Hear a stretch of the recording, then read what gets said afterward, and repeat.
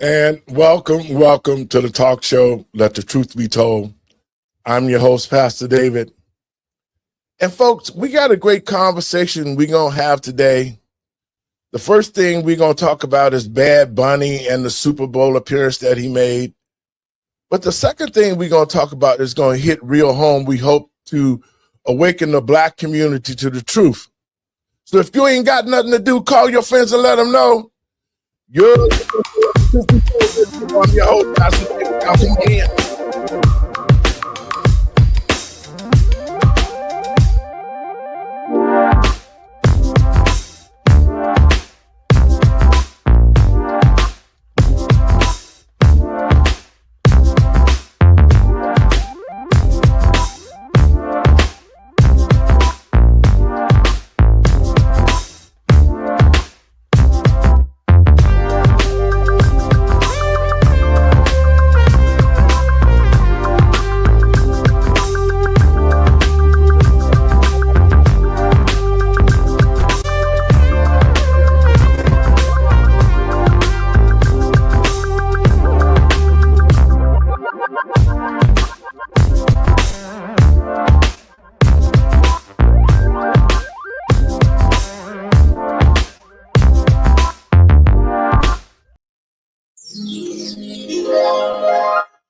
And welcome to the talk show, Let the Truth Be Told. I'm your host, Pastor David.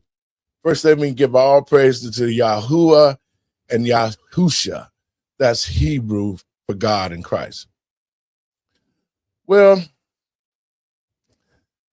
I'm trying to frame this to the American people and patriots across this country. I've been up early this morning, like every morning, but I've had an opportunity to really take a look at what's been going on across the country, the implications of sexuality and homosexuality at the Super Bowl halftime with Bad Bunny. The fact that NBC chose a person who did his entire skit and spoke Spanish. And the acts that was committed in the video of what they were doing lean toward homosexuality and the acceptance of it. So after my second cup of coffee this morning, I had to just sit back and chill down because to the American people and patriots across this country, we have to actually think about what we're allowing to happen and what's being put in the face of our children and the future of the United States of America. How is it that we have lowered our standards to the place where we're allowing people who can't even speak English to dominate an American dream football that we created? Where did we get to the place where the NFL was created by America? So where did we get to the place where we would allow politics to spill over into a sport? See, as an old athlete, there is no racism in athletics because all of us played on the same team. And when one of us experienced a discrimination or some type of harassment, I don't care, black, white, green, whatever, we all stuck together. That's the American way of life. That's how it's supposed to be. But it hasn't been that way. Still yet, as a country, how do we allow people like the Somalis, how do we allow other places and other people to come into our country and spew hatred and bring their... Anyway, let me get my group in before we get started. Hey, Randy, how's it going? Good day. Listen, guys, can you hear us straight? Yes, we can hear you today now. Okay. I'm in the office today. He's back on 4G. Yeah, Xfinity finished their work. So they were doing work for like a week and a half. So like at points in the day, it was just in the morning, I just had no internet and it would come back whenever it came back. So I'm glad they're done. I'm glad that they done too, because I wanted to hear, like I said earlier, man, I was talking to everybody. This is my second cup of coffee this morning. I've been to the gym. I done hit the bag. I done did all these things. And this fire still rages in me. I don't understand. And I hope this lights a fire in every Black American across the country. I don't know how and why the Democratic Party would think that Black people are so ignorant, that we have no thoughts of our own, that we are so uneducated, that they have to hold our hand just for us to get an ID. See, that's the perception that bothers me the most about this whole thing. The Bughead Bunny, that just was total disrespect, okay? But the fact of the matter is, and I'm trying to put it in the right way, in a pastoral type of way. So, because see, the South Side of Chicago been out in me this morning. You understand what I'm saying? Where I'm from, how dare you have the audacity? You don't even think the thought that you would say that I'm so dumb as a Black citizen, that I'm so dumb as a Black American, that you got to hand feed me. So that's what the Democratic Party is saying to us, is that y'all Black people, y'all some dumb, you know what? That's what. Yeah, come on. And how can we as Black people, where's our pride? Come on. Where's our pride for our family and our children? Where is it? Did we just throw it away? The reason why that these people, and I'm saying it, white America has been responsible for it because of the way they treated Black people when they got over to this country. And even though Black people rose up out of there, Dr. King and Malcolm X, who fought and gave their lives for us, the future. And here we are. They separated us. They separated the men from the families and made us weak. If you want to destroy a race of people, do what they have done to the Black community. They took our men out to protection. Then our women was flooded with power they didn't even know how to handle. Then we created children that lacked knowledge to know about God and self. Now everything is running crazy, and now all of a sudden, guess what?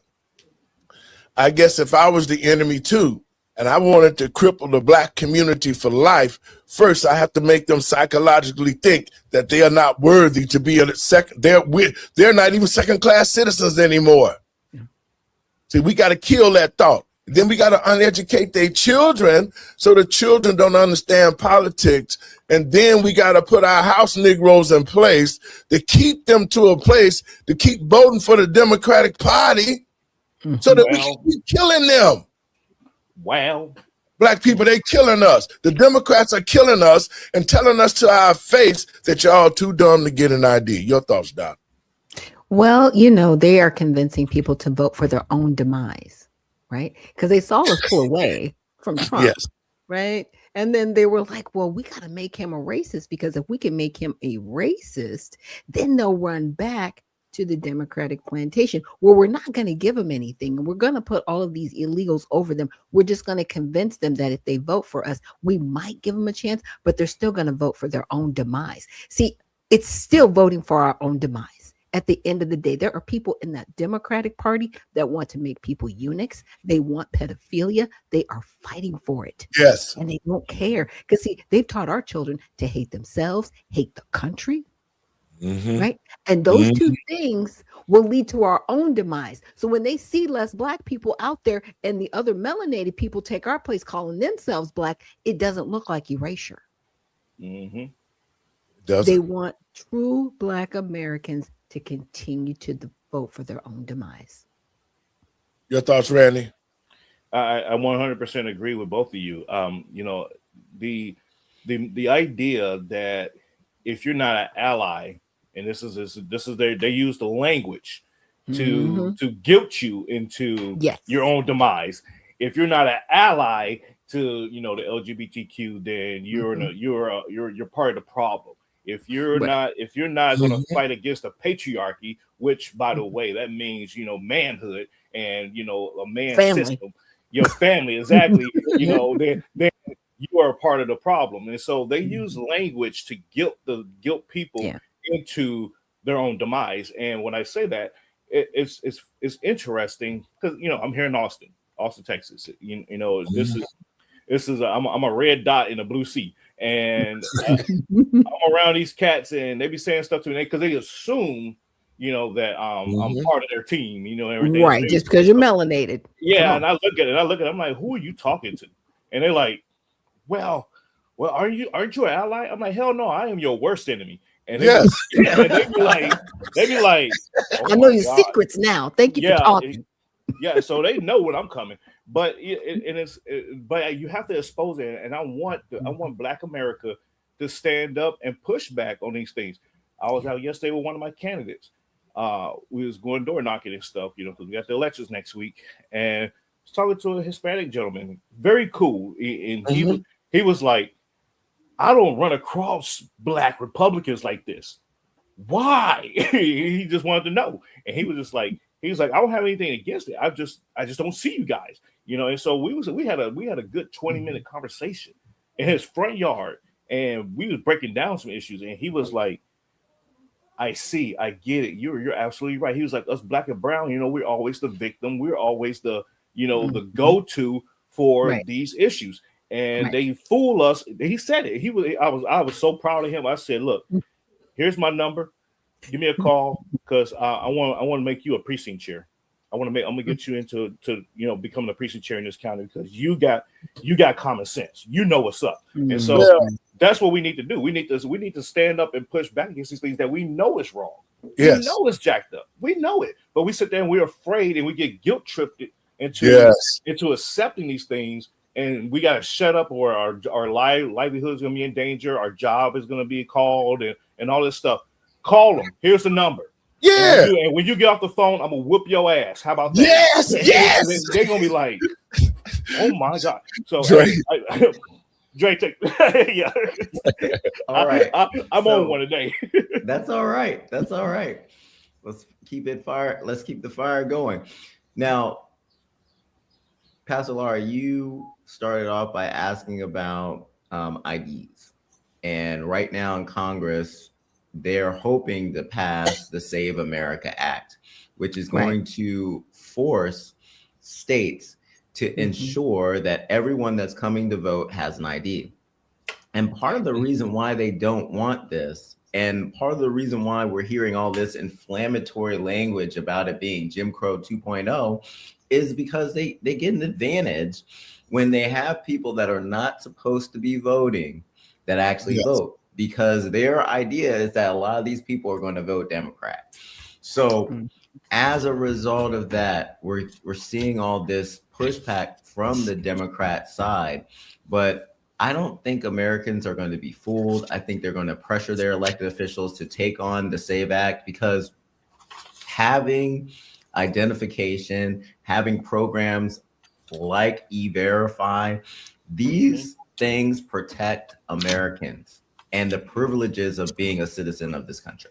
Absolutely. Right. Mr. Big, But the problem is they're not running the proper conflict searches to determine who's a citizen and who's not. E-Verify is great, but you're actually getting verified by somebody you know, as opposed to them, once they're in the system, they run a conflict search. I'm kind of okay with these illegals getting driver's licenses now, because now they can run a conflict search and determine who said that they were a citizen and who wasn't. Then they can be automatically deported because they've lied. Yep. But Mr. Binky, you wanna we gonna expound. We talking about the SAVE Act this morning. You wanna say something about that?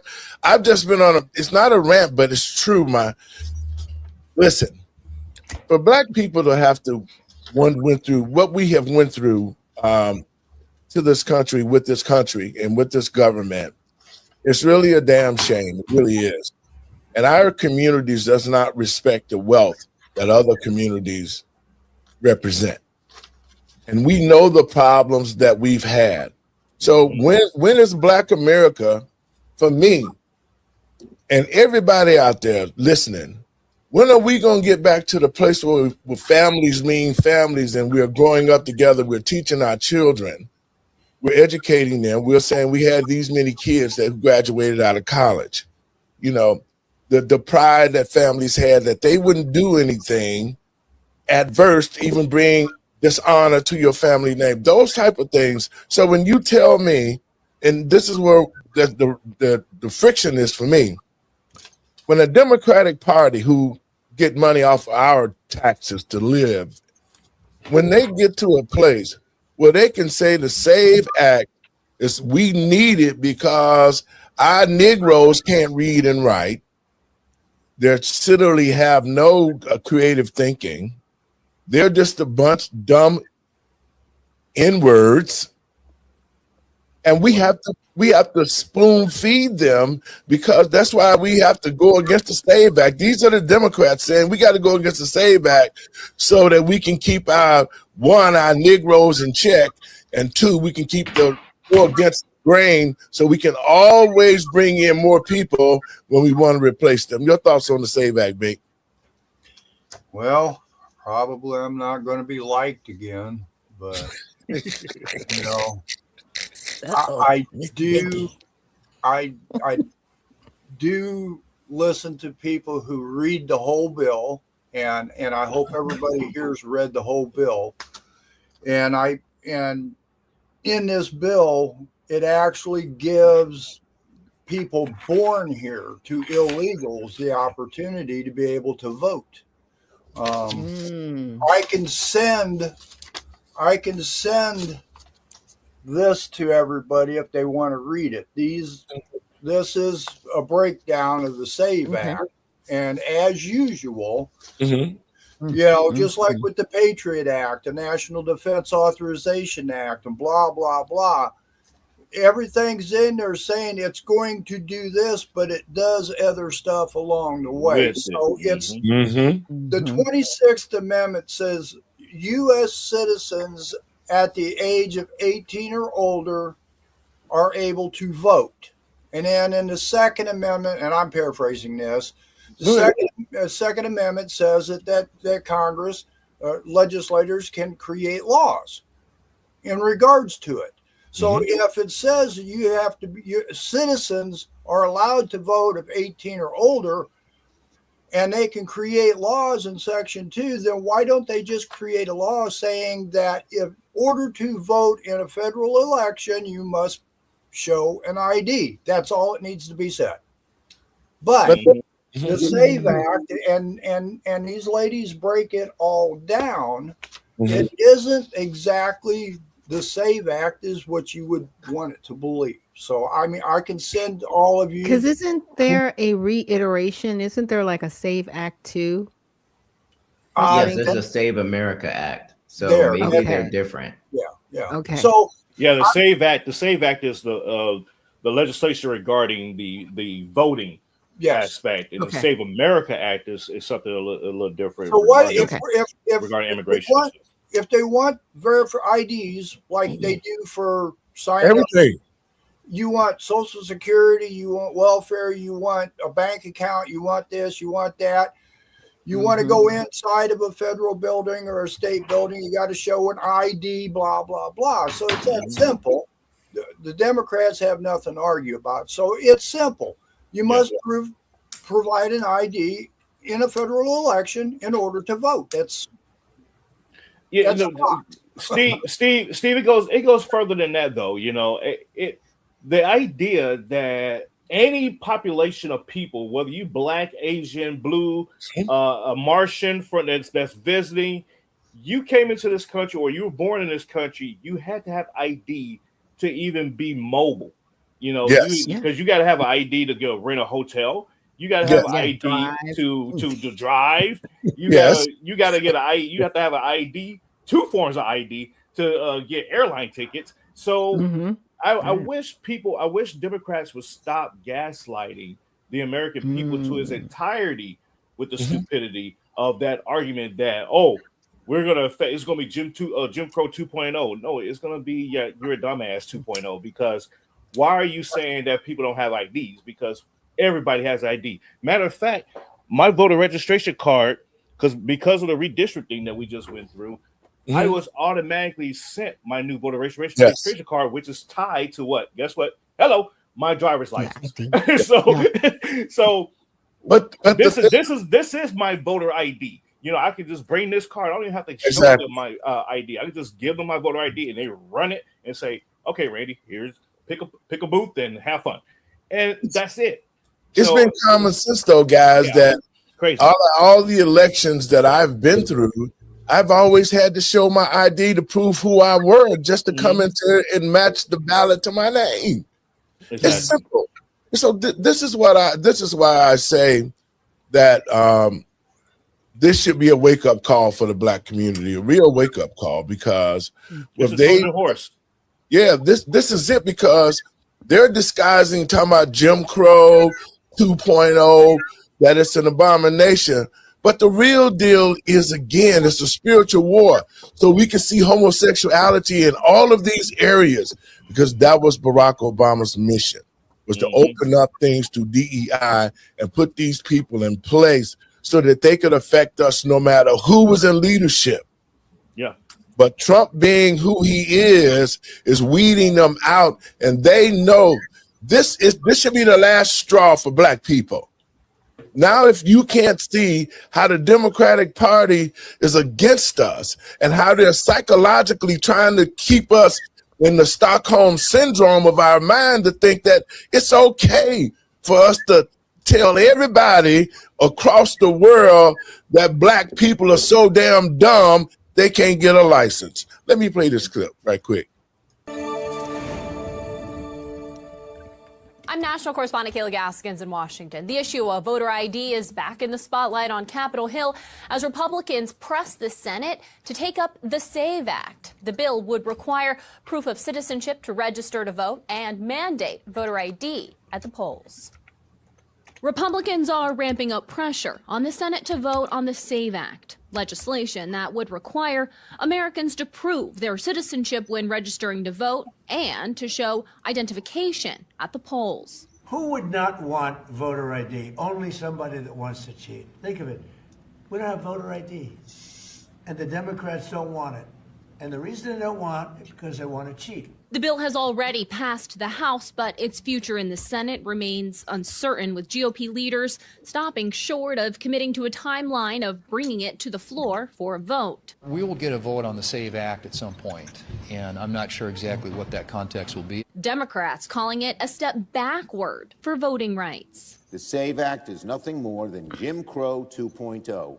It would lead to massive purges that inevitably remove legitimate American citizens who have the right to vote from voter rolls. House Republicans remain firmly committed to the policy. It's a top priority of the president. It's a top priority of House Republicans, and it should be all Republicans. And so does President Trump. Voter ID is a highly popular and common sense policy that the president wants to pursue. Polling suggests broad support for some form of voter ID. A Pew Research Center survey found more than 9 in 10 Republicans and about 7 in 10 Democrats favor photo ID requirements. And a Gallup poll from last fall showed majority support across parties for requiring proof of citizenship for first-time voter registration. Some Republicans have called for the Senate to bypass filibuster rules to get around the 60-vote threshold needed to advance the SAVE Act. Okay. Yeah, I hope they do that, because it's not a financial based bill. But to Mr. Binky's point, we got to make sure that it's a clean bill, right? And that it's not backdoor amnesty. You know what I'm saying? Because they are really pushing hard for it. I'm just saying, y'all. Yeah.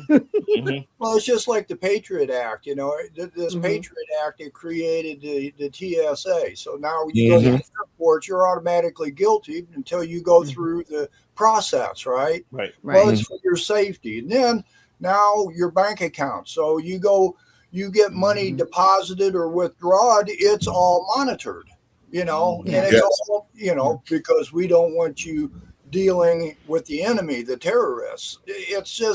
It's mind-boggling how the use of safety and your health just takes your rights away one right after another. Yep. You know? Yeah. You're absolutely right.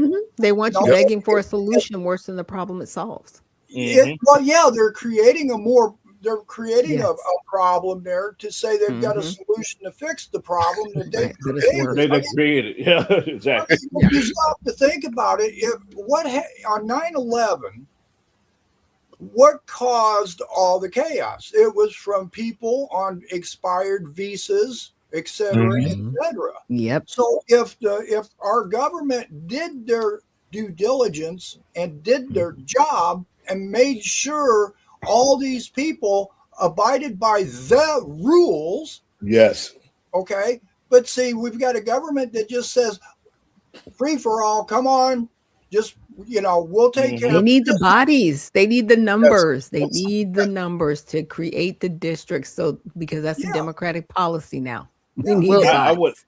I would say to resolve that whole visa issue and part of the immigration problem. Just look at everybody who's here that overstayed their visas. They're in the system. They're in the system because Yeah, they they had are. to go through. They had to go through the system to get it. So it's like, okay, let me do a query, expired, and then boop, boop, boop, boop, boop, boop. Okay, hey, this is where they at. Go get them. Well, look at and then bar them. There was no enforcement for that before because they weren't going after those people. And now the Trump administration is doing that, and like people are freaking out and they're not overstaying their visas. And this asylum excuse, they got you hear these governors and these Democrats going, well, these people are here on asylum. That's legal. No, wait a minute. Hold on. Yeah. There are steps to getting asylum. There's a process there. And the Biden administration overwhelmed the system to where these people that are supposed to be going to an immigration court to be determined if their asylum is actually real or not, they got court dates all the way to 2030. Yeah. Well, and that was done on purpose. That was done. That was on done purpose. It was done on purpose. So all of this that we're seeing has culminated. It started a long time ago because the government kept trying us, and I would say both parties did, but specifically the Democratic Party kept trying the Black community. Every time they would make a change and Black people didn't say nothing, they would grab a little bit more of our community and tear it up. Yeah. We never said nothing. So when the crime bill came in 94, Black people have relinquished all of their power to bargain with the federal government because now they allow things to happen in the Black community so that now you have Black people like the pastors running to the government for help, saying, oh, help us, it's out of control, we can't do it no more. And so we gave that authority away, and then you bring in the corrupt politicians that we have, the college-educated Negroes. They know who I'm talking about. The Afro rappers and all the rest of y'all, they should be ashamed. The Divine Nine guys beating these sticks on the damn ground and kissing these people ass to keep these jobs. And you've let our society go to a hell in the handbasket. Well, Dave, one of the problems there, just what you're saying is, one of the problems is that the Black community and the white community have done is let people speak for them.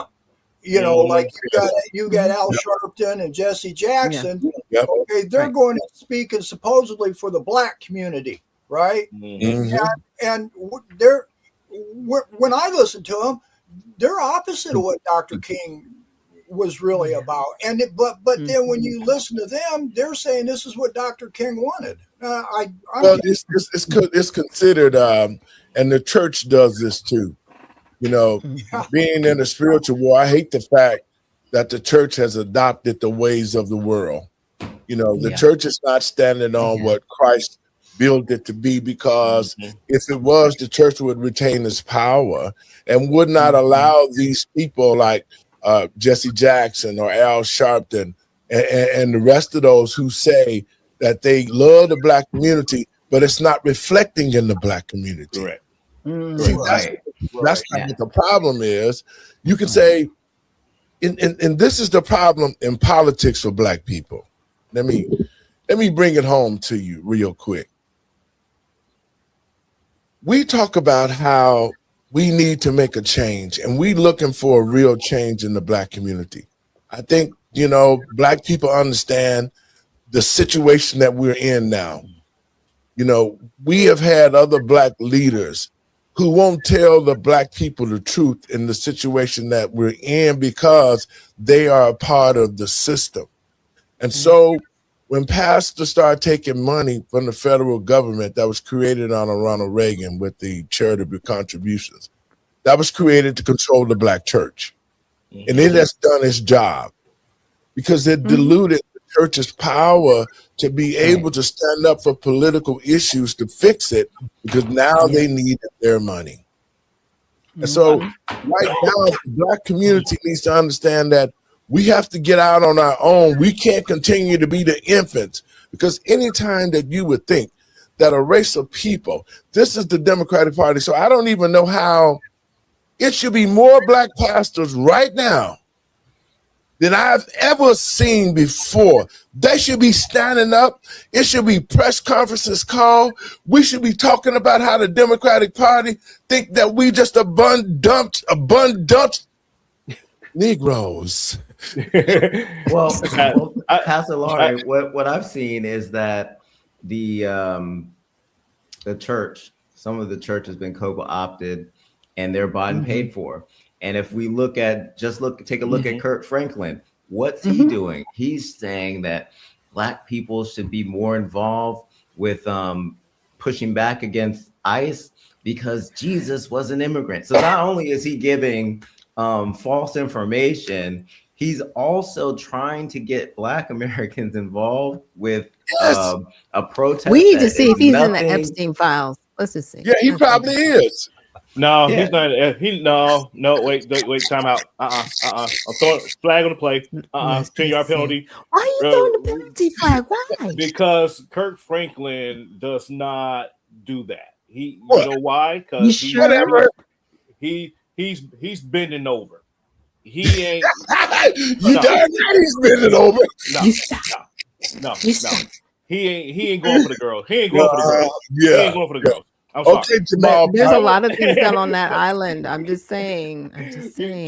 P. Diddy, we don't know. Was he hanging out with the baby oil? Like we don't know. That would be plausible. I was just throwing allegedly. Allegedly. But the thing of it is that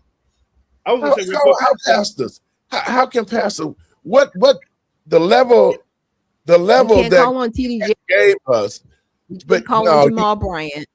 No, we can't call on those individuals because we can see that they've sold their soul to the Democratic plantation. Period. Yes. They have sold their souls. But that's why I'm calling God's people, man. That's why I'm trying to activate God's people today, Randy. I'm gonna let you. What I'm trying to do here today, even to y'all, I'm restoring your Black pride into you, as Black men and women. I'm restoring the pride that you have into yourself, that the mere words and the mere thoughts of things that does not conflict or relate to you, you should be up in arms about that, because it's the way that people look at us. It's the way that people look at Black people. When I was coming up, when Dr. King them created the atmosphere, James Brown, Say It Loud, I'm Black and I'm Proud, and Black people would walk around with their head up. They were owning businesses. We was teaching our children how to be educated and how to operate in this society. All of those things, this is where I came from. So what I'm trying to do to Black people today is let us get, this Black History Month, let us get some pride in ourselves about who we are and where we came from. Right. Absolutely. And I think we should also have pride in America because, it was like a spinoff of the Rocky movie, and they kind of treated it as like a hilarious side moment in the movie. James Brown did a song called Living in America. And that's one of the most patriotic songs. I used to rock my son to sleep to that song. Man, I calm down from a fuss after hearing that. So I want to say something that's going to piss off probably the whole entire fan base of this show, Pastor Lowry. and Here it it's comes, going y'all. it's going to be deliberate. And the idea that Dr. King espoused. So first off, people have to understand the political philosophy of Martin Luther King Jr. He was very much a student of Marxism and socialism. He espoused the ideas of having universal basic income. He espoused the idea of collectivism and everything else. So these are all tenets that are within the socialist Marxist construct. And so he intentionally framed, and it goes back to language usage, he intentionally framed things to, I love that, Steve. He intentionally framed these things to trick the black mind into thinking that, you know, they deserve, you know, these freebies, these handouts, to be in on the welfare system and everything else. He tricked that. And so when you fast forward and you say that Al Sharpton and Jesse Jackson and Bryant and T.D. Jakes and all of them, they're espousing saying this is what Dr. King would want it. They are absolutely right. You better listen to them because they're telling you that he was the messiah of socialism for the black pastor community, that they need to continue his work and his legacy of spreading socialism and Marxism within the black community. And that equated to the economic downfall of the black community.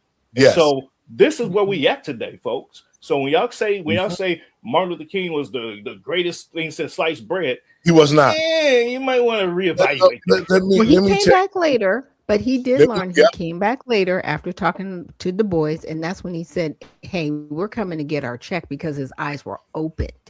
So yes, he did start out as a socialist, and he was calling for socialism for not only black people but white people. But like I said, later on, when he found out about the farmers, when he found out about the GI Bill, when he found out all these different harms, he was like, "Wait a minute, we've been hoodwinked." That's when they killed him. During that time, it was too late. It was too late. Because until then, he was protected. I'm just saying, as long as he was on that socialism plantation, he was protected. During his Marxism deal there, wasn't he also considered a Democrat? Yes. No, he was a Republican. He was a Republican after yes. He originally was, I believe, a Democrat. Well, you know, this is the thing about, and this is why I continue to say that the black community has to really do research and find out who we are. Yeah. See, the enemy has been good as far as not educating our children on what happened in the past so that they could make their mind up that it wouldn't happen in the future. And so when there has been a process to bring the black community to where it's at right now. And I watched it happen with my own eyes. I watched Dr. King. Yes, I watched Dr. King amass the pastors together because he realized, even though he had his own mission, he realized that the NAACP and all of those organizations who were started by Jews was not specifically trying to address black issues. And so he came back here in Georgia, and they created the Southern Christian Leadership, thus bringing all the pastors to him so that they could fight for the black cause. Now, mind you, his ideology to create black masses worked, but his ideology to help us to maintain independence and freedom, that's where we died at. And Malcolm was the one.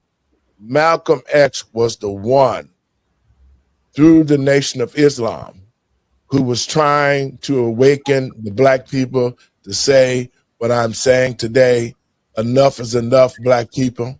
The Democratic Party has showed us who they really are. They told us we was a bunch of dumbass, know what? And guess what? We need to show them. We need to end the Democratic Party, black people. You so dumb you can't get an ID. Your children so dumb, they dumber than dumb. But look at what happened. Black people allowed all these things to happen to us. We allowed them to tell us we couldn't vote. Then when they finally got the vote, people don't vote. And then now we've allowed them to have our own black people in office who doesn't care about the black community, and that's why we're dying. All black political leaders should be enraged right now. Pastors should be enraged. It should be, because our young people are ready. It's the bad leadership. We should all be raised in hell right now saying, how dare you Democrats say that we can't read and write? So guess what? We don't need to be with you, because if this saying that showing your ID is that would make us look dumb, then we don't need that party. Your thoughts on that, Drake? Well, you're spot on. And what I wanted to add was, when you listen to some of these politicians, they're not in some sort of la la land that black Americans wouldn't be able to vote at all. What they clearly say is it will make it harder for them to vote. And why does that hurt them, that it makes it harder for them to vote? Because they've been losing a lot of votes from black Americans because of different issues, whether it's immigration, whether it's social programs, whatever it may be. The backstabbing from black leadership that have made promises and not followed through. But it is the fact that it would make it harder for them to vote. And there's this stigma that they're putting out there that it's going to be like Jim Crow, because like having like ICE officers at the voting places or people checking ID, there's this stigma that they put in the black community that police officers are not your friend, that you can't expect anytime that you see a police officer, you should turn and go the other direction. And, you know, we're supposed to feel like we're victims around the police officers, but that is not the case. But that's the fear that they're putting out there. So they get enough people on their side to try to overturn what this act would actually do, is make sure that the people that are supposed to vote actually vote. And if your constituency has a problem getting the ID and it's thwarting your way, that's not a Republican tool that's being used to, you know, keep those people from voting. Where are those people going to vote anyway?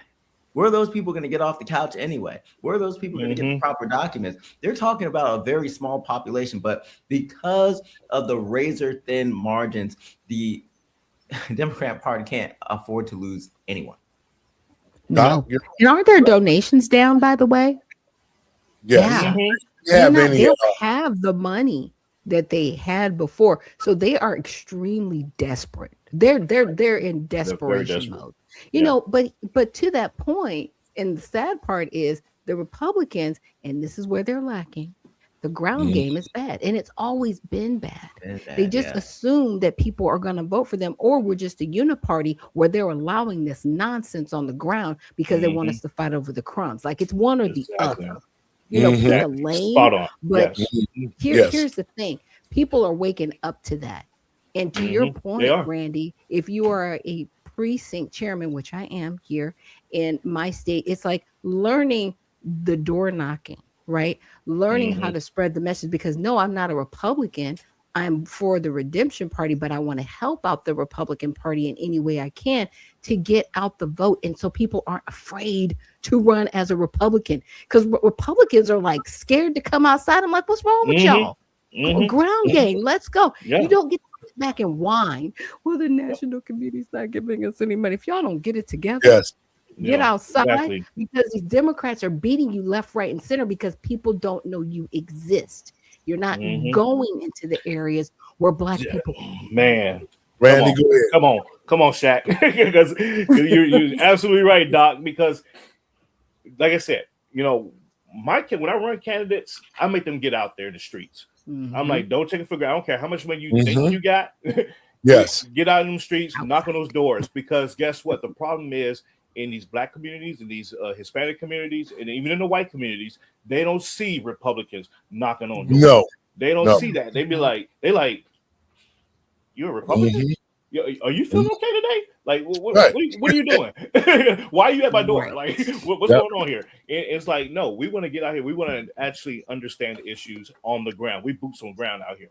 And so I love it. And you're absolutely right that to Dre's point, you know, we have to look at these things through a lens of, hey, you're telling us that we're too dumb to get an ID to vote. You're telling us, hey, we can't do these things because we're black. And oh, by the way, we're fear-mongered ourselves. Show me the proof. Show me a population of black people that can't get an ID. Show it to me. And the Democrats will shut up. They shut up. They be like, well, because remember, facts? You want this backed up with real information? Come on. Think back to last year when they the World Series in Georgia with Stacey Abrams, and then when Georgia was trying to pass the ID bill down there, and the Major League Baseball said, you know what, we ain't finna deal with this drama. We just gonna take this shit to Colorado. And the whole black community got upset. They was like, man, y'all just killed our businesses down here. We was looking for that all the money out. Yeah, and so Stacey Abrams was talking about, so don't worry about that money, y'all. But she got $2 billion from Joe Biden and disappeared. Got more than that, and they hit so much money. Mr. Binky, you want to comment on that? Yeah, another thing to everybody's point here, as Doc said, the Republicans need to get off their butt and start telling people who they are, because the Democrats have got the media campaigning for them every day, knocking down the Republicans and basically convincing people through the media that Republicans are doing nothing but bad. So that's another good point that she made, that the Republicans need to get out and start claiming their name and what they're doing, because media is. Well, you know, guys, that's the thing here in Chicago that I run into with the Republican Party. I know President Kathy Salvi and I have spoken. She considers me more of a MAGA type pastor. But I'm just love the country. You're MAGA. It's cool. Yeah, I just love the country. I love being a Black American. I love success that America has brought me as a young man, because I was taught to be a true American and work for what I want. The capitalism made me successful, and there were barriers. Don't think there wasn't, but I was smart enough to being taught how to go around those barriers to accomplish my mission. And I think that's what's missing, and that's what's missing in our Black community, that our young people do not know the next step. So when you get out of high school, if you're not going to go to college and everybody's not going to go to college, you need to find something that you can do to be successful in to take care of your family.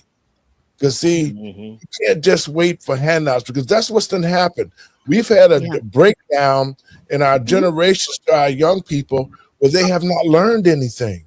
They don't know about other trades. They got our kids thinking that I'm gonna be a super Nintendo player and I'm gonna learn this influencer basketball, or they give our children the service type attitude that we're gonna do hair, or not thinking about engineers and doctors. And I'm not saying all, but a lot of our children has not been exposed to other careers. That's on purpose. You know, Dave, just like you just said, Dave, you if you're going to be successful, you have to learn how to get around through and over obstacles. And politicians, government, and media don't want people to understand that today.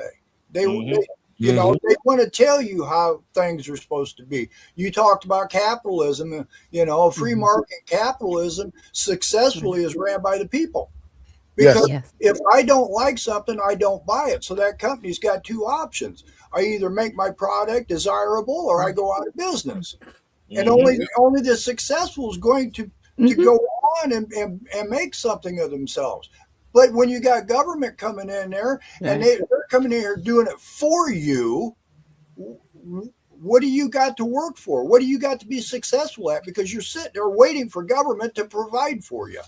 Yep. And to the Black community. And it's sad. And you got the government people making money off of the government saying how they hate billionaires. You are the billionaires and millionaires. Right, exactly. And yourself off of the taxpayers. Like, they are such criminals. I'm sorry. I'd throw that in. But you know, no, that's correct, because that leads us into this next video. Being here in Illinois, being in Chicago and in all the surrounding areas, I was the president of the NAACP in the South Suburban branch. And during my tenure, I was able to take a branch with 12 members and turn it into a branch of almost 4,000 to 5,000 people. And one of the people that was an aspiring young person who I thought would become a great political leader was Tiffany Henyard. And so I watched her grow into become the mayor of Dalton, Illinois. But during the time that she grew into something else because she hook, line, and sinker fell for the Democratic Party. And my teachings were to my young people was, we black people first. No matter what you say, you can be a rich black person and they still gonna treat you like an N-word. You have to put black people first. And so she got tricked to the Democratic Party. And she became part of the problem that we saw today. And she went on to become the mayor of Dalton, Illinois. Her name is Tiffany Henyard. And so we bumped heads when she became the mayor, right before she came the mayor, because she had purchased property. She was a bad landlord. She defrauded the housing commission out of millions of dollars. So sad. She also had a house, a young lady, Mrs. Smith and her family. There was so much mold in the house, and that's when I got involved. We have this family removed out of that house and the city put this family up for almost a month on my behalf for this family to help them because the mold had taken the house. So Tiffany and I bumped heads and we filed a lawsuit against her that we won, and they finally paid it after years of fighting in court. But as the mayor of Dalton, she really abused her power. She was a product of Frank Zuccarelli. Frank Zuccarelli was he was straight mob. He was straight mob, and he handled the Democratic Party with an iron hand. And I mean, when you say an iron hand, I seen him slap a guy one time that's the mayor of not Country Club Hills, but Calumet City. Calumet City. Slap him in the face because he brought him the wrong soda. See, this spiritual war been going on a long time that I've saw. Frank Zuccarelli was a homosexual, and everybody out there in the south suburbs that came to power, they had to come through Frank in order to be received to get these offices, right? But Frank died, and so when Frank died, Tiffany was his last invention. So she came and she took over Thornton Township physically and became what we saw her today. And so, but I want to play a clip that when God got a way of turning things around. Like the other day, we played a clip of Jasmine Crockett, who was a staunch Democrat, crying about how this and this and this and that. And now she's switching to be a Republican. Now she just switched to be a Republican, saying that, Randy, your people in Texas gonna vote for her if she get on the ballot. She is. Yeah, that's wishful thinking. Yeah, you say I will sound that alarm so loud that they would think that it was Jesus coming back in the and the walls of Jericho have fell again. No. But you can't continue to run on fear and low voter IQ. Like that's all you've got. Yeah. So I'm gonna play a clip on her and what she said. Now that she's out of the office, now that she came to some kind of sense in her head to say, wait a minute, they're right. Because the Democrats have done this. Here you go. Voting for Democrats. Listen to this. One thing that I've heard from a lot of people is that the Democrats aren't doing anything for the Black community. That's true. So, I lived it. That's true. You lived it. You mean I lived it because I am a Democrat. I ran as a Democrat, and if you go check my voting record, that's what I always pull, a Democrat ballot. They say they're a Democrat, don't mean they for you. They're normally for themselves. Yes. Right now, Republicans are doing a good job to me. This is my opinion. No, so all the stuff that I will say this about Trump, that Trump states, fake news, election rigging, stealing seats, it is happening. Because it's happening in Illinois. And I was right there to see it at the caucus in December of 2024, where a person came and stole the election. They didn't even let the people in to vote. What? Yes, it was voter suppression at its worst. The news covered it. They saw it all, but guess what? No one did anything. People signed affidavits saying they wanted their vote to count. Did not count. Okay, now let me tell you, you live by the sword, you die by the sword. Right. What she did when she took that office, it was illegal what she did. And so what they did again, when they wanted to oust her, they did illegal procedures just like she did. So karma came to get her. Your thoughts on it, Doc? Yeah, I mean, wasn't it Lori Lightfoot that came and actually audited her, right? Yeah. And brought out all of the deficiencies that she had done, but she was coached to create those deficiencies. Yes. Right? It was Yes. the goal was to bankrupt the city. And Yes. you see it a lot. And then you wonder why, okay, they're bankrupting these cities. Why are they doing that? Because if they can have these cities at a deficit, they can continue to control these cities because they will give them money, but it's money that it's attached to, you have to do it this way. So Yes. it's slavery in a completely different way, but it's still happening. I mean, I'm glad that she brought it out, but you know what? You have scorched earth, your political aspirations in anything. You know what I'm saying? Everybody's going to look at you sideways, regardless of what you do. You will never, ever hold a position that has any leverage because people know how dirty you are, right? And people are still going to find out how dirty these people are. That's the only leverage that we really have is really exposure on these individuals. Yeah. What's your thoughts on that, Mr. Binky? Well, she was all good with it when they were helping her, wasn't she? Yeah, she was. She took the money. She didn't walk away. She was the problem. She was part of the problem. She helped keep the problem going until they discarded her. They didn't need her no more. And now she's going to try to save face by saying, "Oh, Mega this and the Republicans that and all that." That's definitely a person I couldn't trust. Exactly. Your thoughts, Randy? To Dr. Shack's point about bankrupting the cities. That's how they become incorporated into these little smaller suburbs, and they go bankrupt and everything. So they get incorporated into the largest city, the largest neighboring city, like Chicago, and then they get ran over, and they're continued or perpetuated into poverty because they know they have that city trapped. And so it's a system by design that many people don't understand. And so when you go to a town and it says it's unincorporated or incorporated, that should send you a flag one way or the other that like, okay, they're unincorporated. That means that they got some good stuff going on. But if it's incorporated, then it's like something's not right here. Let me keep it moving, because that's just what it is. And it ties back to property ownership. It ties back to land. It ties back to those resources. And if you control the resources, you control the people.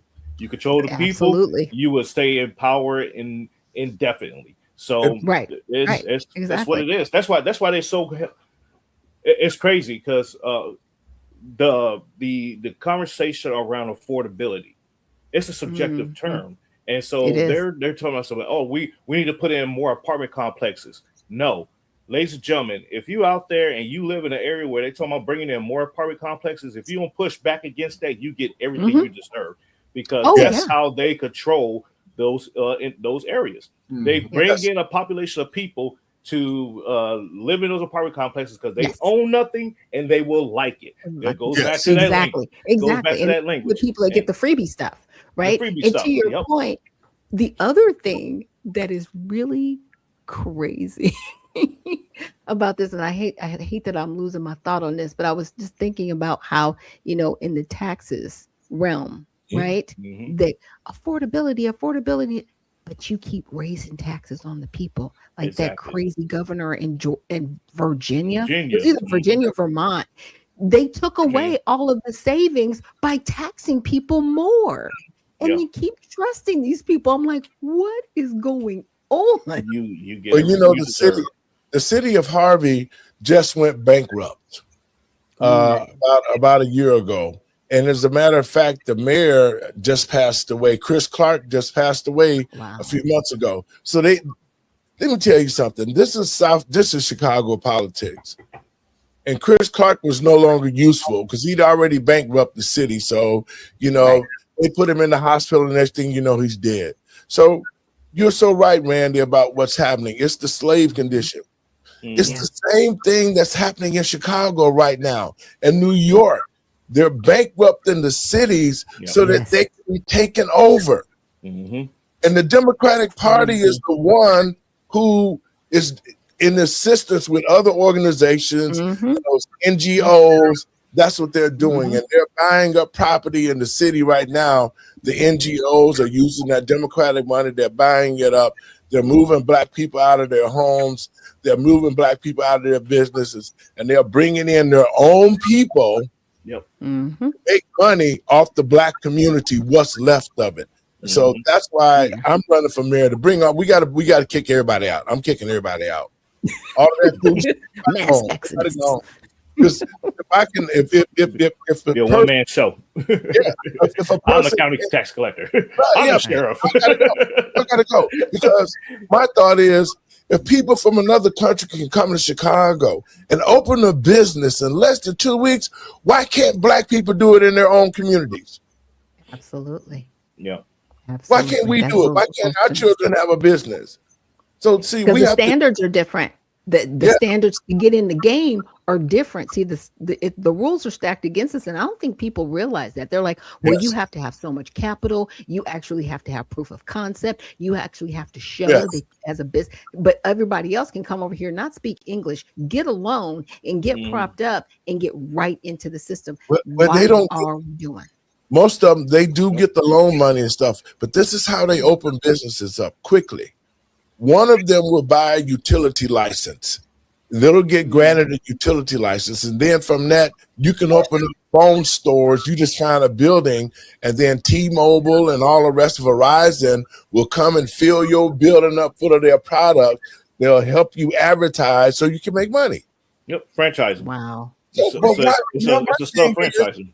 You got to remember a lot, Dave. You got to remember here too. Whatever government creates, it controls. If you get a license or a permit or pay a tax, you have no say so, and you don't own nothing. But at the same time, it's making millions of dollars for people who are not Black in the Black community making money. It makes it harder for the Black community to have something. So but see, they'll deny a Black person what Pastor David is talking about, Steve. That's the problem. Yeah, that's and you're continuing to put people over people. So here's the real game. You're gonna make money off of government. Look, the Rothschilds, the Rockefellers, and all of these other families that are billionaires, they own nothing, but they made all their money through government.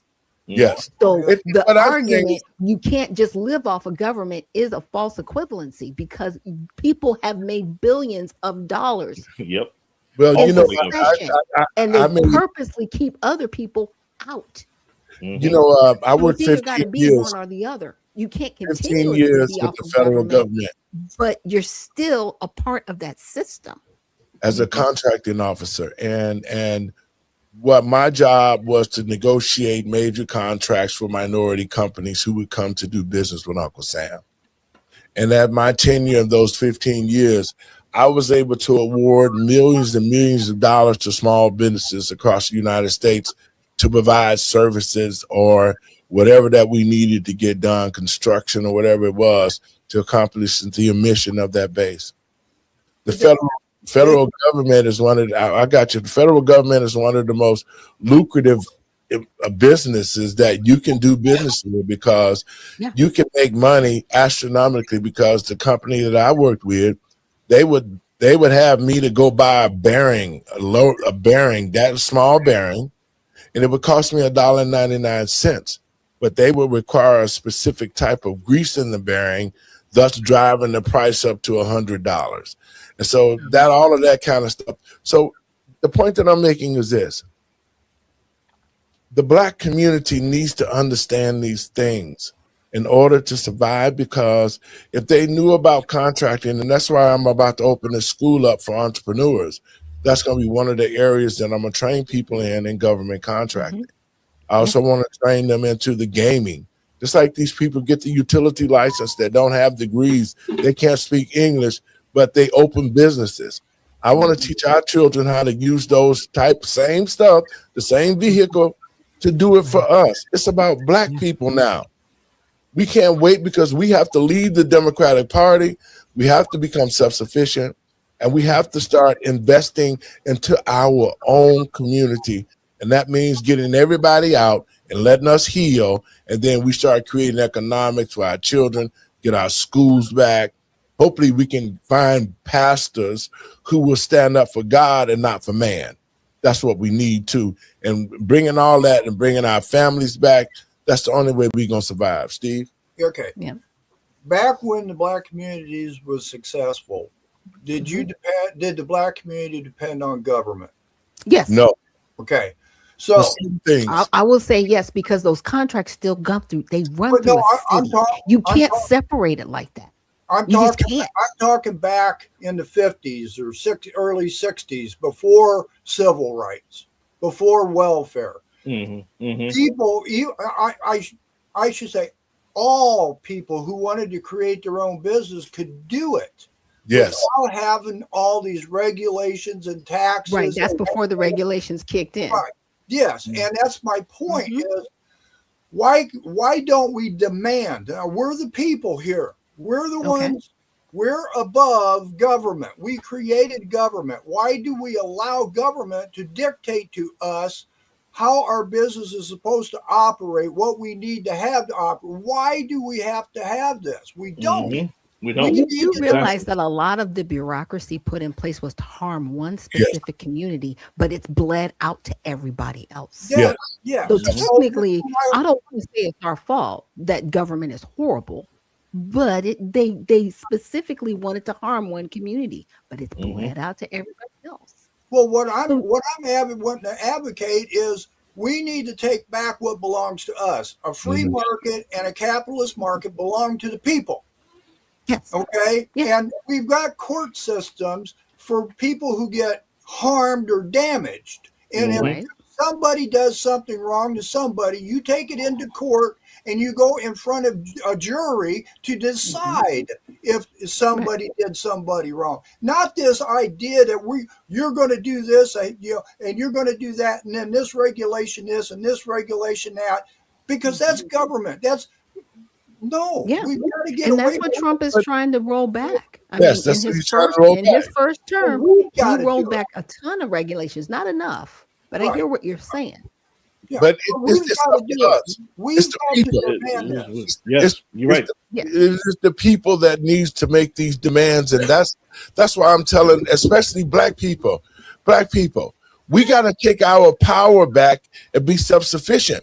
Because once that we have our own power, people will look at us differently.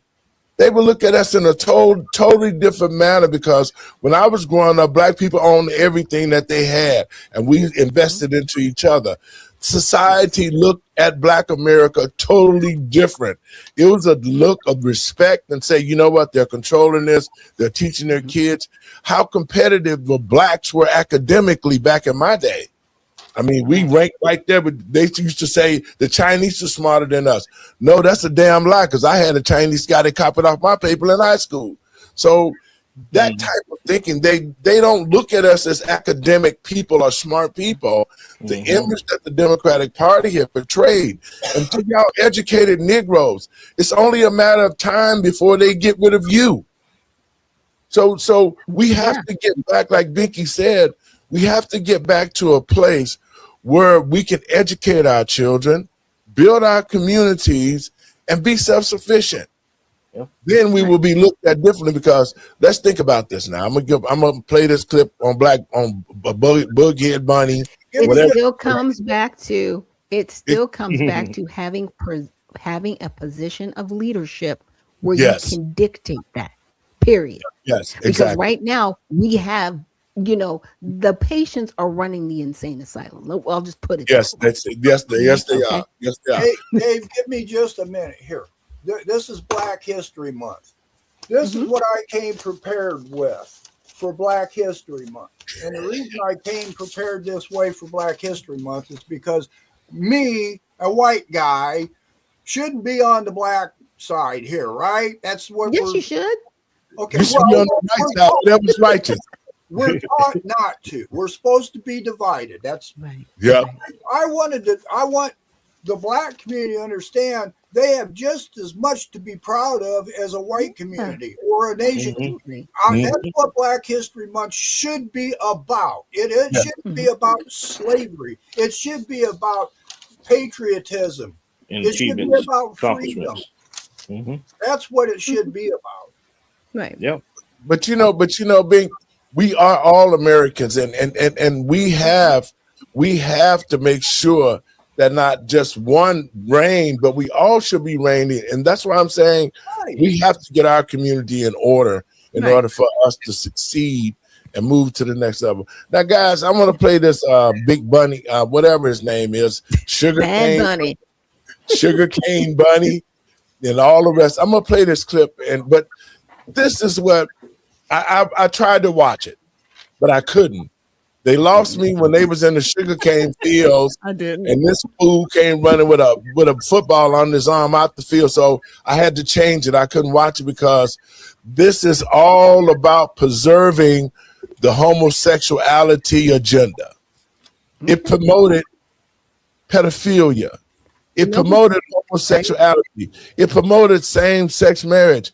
When I was looking at the little bit I saw Barack Obama with his hands on it, talking about he accomplished his mission by instilling homosexuality because they feel like they have taken over the world. But Rock Nation was a part of that. You know who's over Rock Nation? Jay-Z. Yes, Jay-Z, yeah. I'm just saying that's where a lot of these ideas come from. I'm just saying. They have already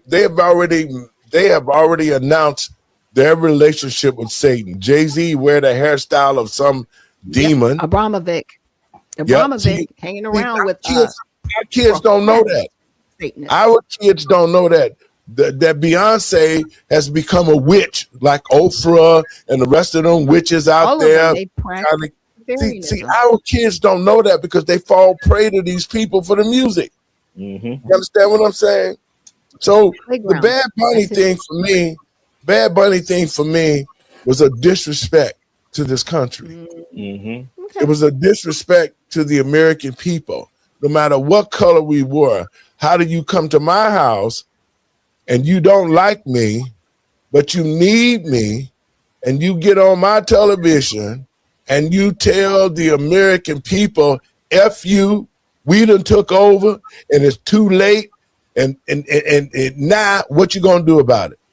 But I want to play what black people thought about it. See, because like me, I was so mad that I didn't destroy my TV.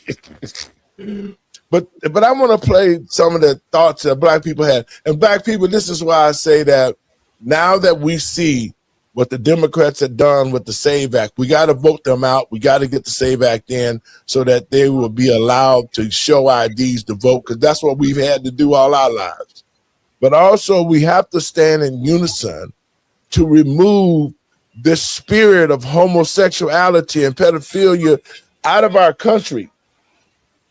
We gotta, because our children's lives are at stake. So these hidden agenda, like the Bad Bunny, was sending a message of homosexuality to our kids. Let's watch it. What the f is he saying, bro? Like, I mean this in the most respectful way possible. But if there was ever a time to call ICE, the Super Bowl halftime show is when y'all should have called them. Why would I watch the halftime show or care if I don't understand what he's saying? You say y'all trying to go do anything else but listen to this? All right, come on. I gotta use ChatGPT to understand this. Oh God, boy. ChatGPT, can you translate what Bad Bunny is saying at the halftime performance for me? Bro! This Ricky Marty. This is not Tupac. This is not nobody. It's Black History Month. Well, who's Ricky Marty? He said Ricky Marty. Here we go. The subtitles are in English now. Yeah, and he's a sodomite, by the way. I can't stand this. I mean, what in the world is all this foolishness? Folks, your thought on that? Well, you know, Ricky Martin is a sodomite. He's professed sodomite. And to what we know, allegedly Bad Bunny, because you know he's been hanging out with P. Diddy, Jay-Z, all of them. They all hang out with Abramovich, especially Lady Gaga. Like she's got pictures with this woman. Now these are people who do something called spirit cookings, where they take pig's blood, semen, and a breast milk and put it together and splatter it along walls so it looks like a crime scene. Like these people are heavy into Luciferianism. They are Satan worshipers. Period. Every Super Bowl performance since 2020 has had a theme to it because people go, why does it look like a satanic ritual? Because that's who they are. That's what they're doing. All of them. Kendrick Lamar is up in there too. Kendrick is not saved from this. Okay. Randy? You know, I was at I was watching the Super Bowl at Pluckers because I was with a candidate and was doing a photo shoot, video shoot, and all that stuff. And so Pluckers was right across the street from the location where we was doing all this. I said, it's 5 o'clock. I'm out, Super Bowl time. And so I sat there and watched Super Bowl, and I already knew at the moment it got down to the 2-minute warning that I'm 20 minutes away from the house. So by the time I get home, I would have missed the halftime show.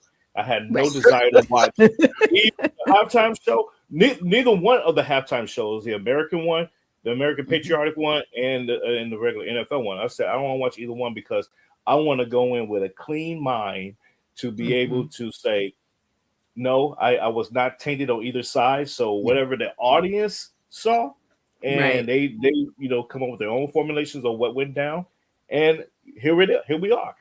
So for and to your point, Dr. Shack, Kendrick Lamar last year he set a little bit of the tone.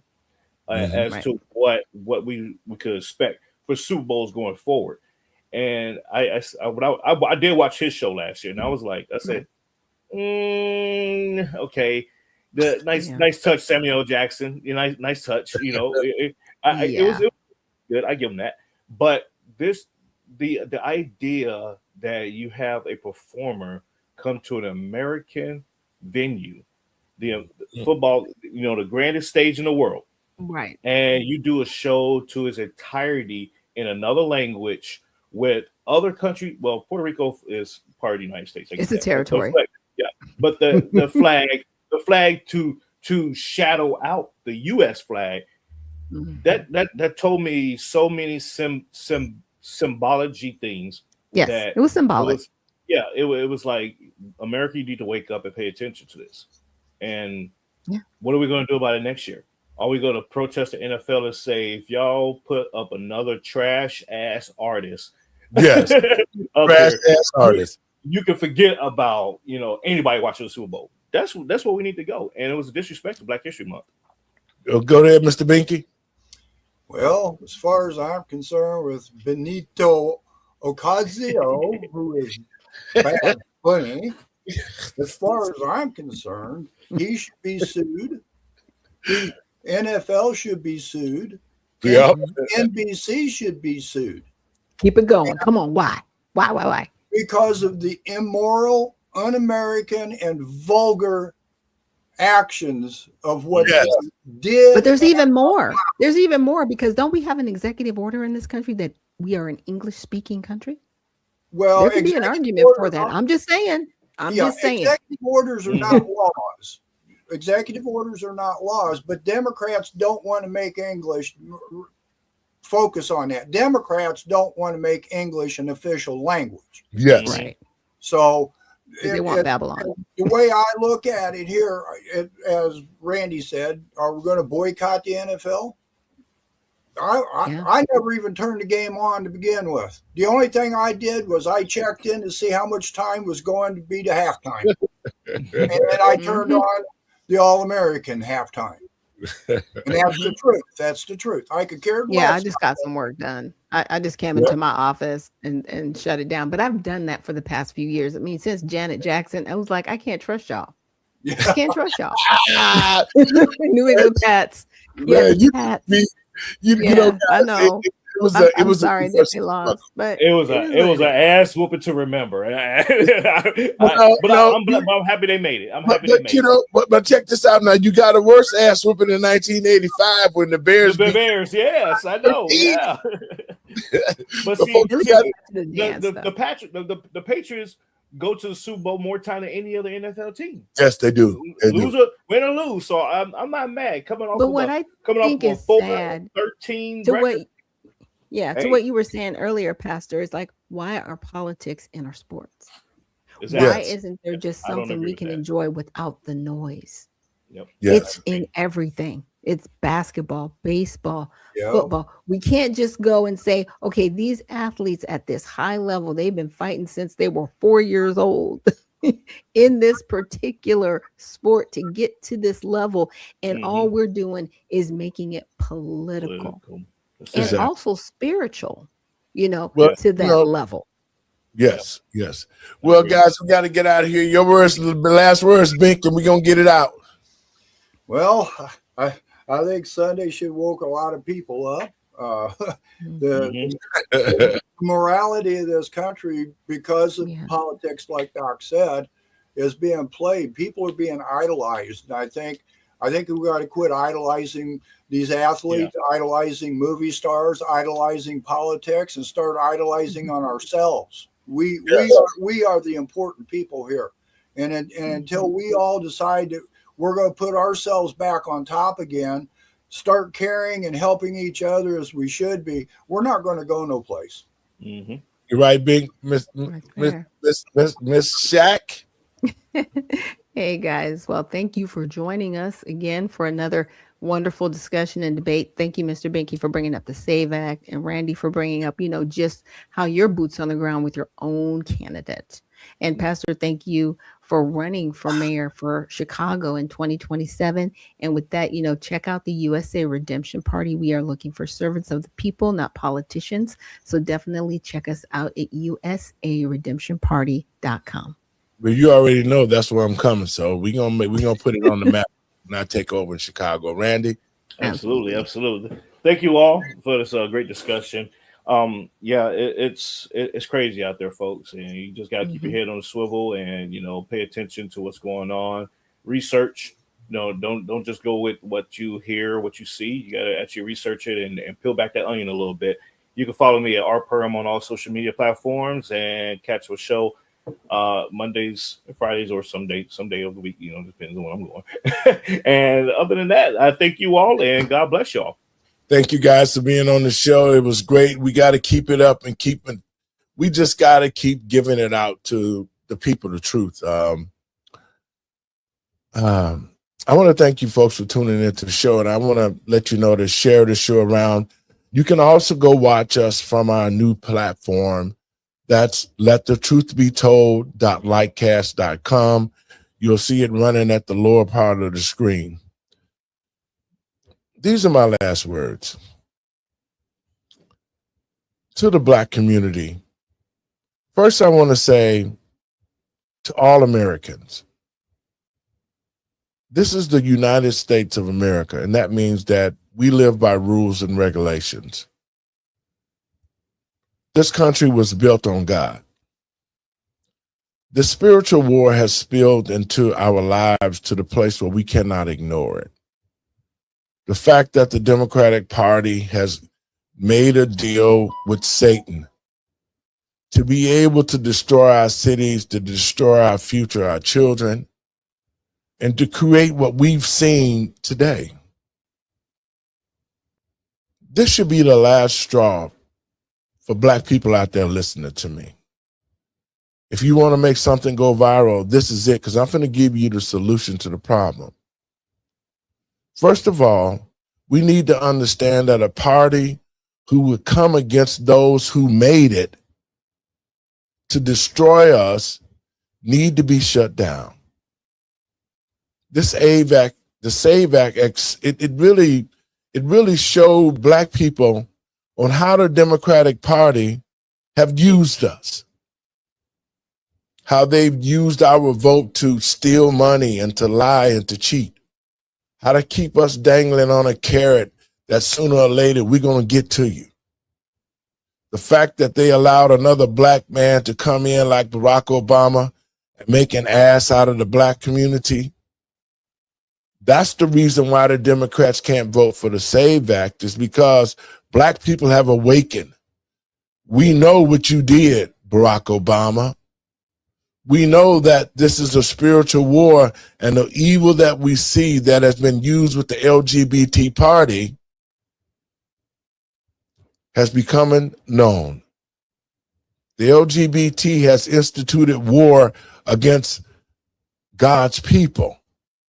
That's the spiritual war between good and evil. But it has waged war in the black community where we're almost decimated.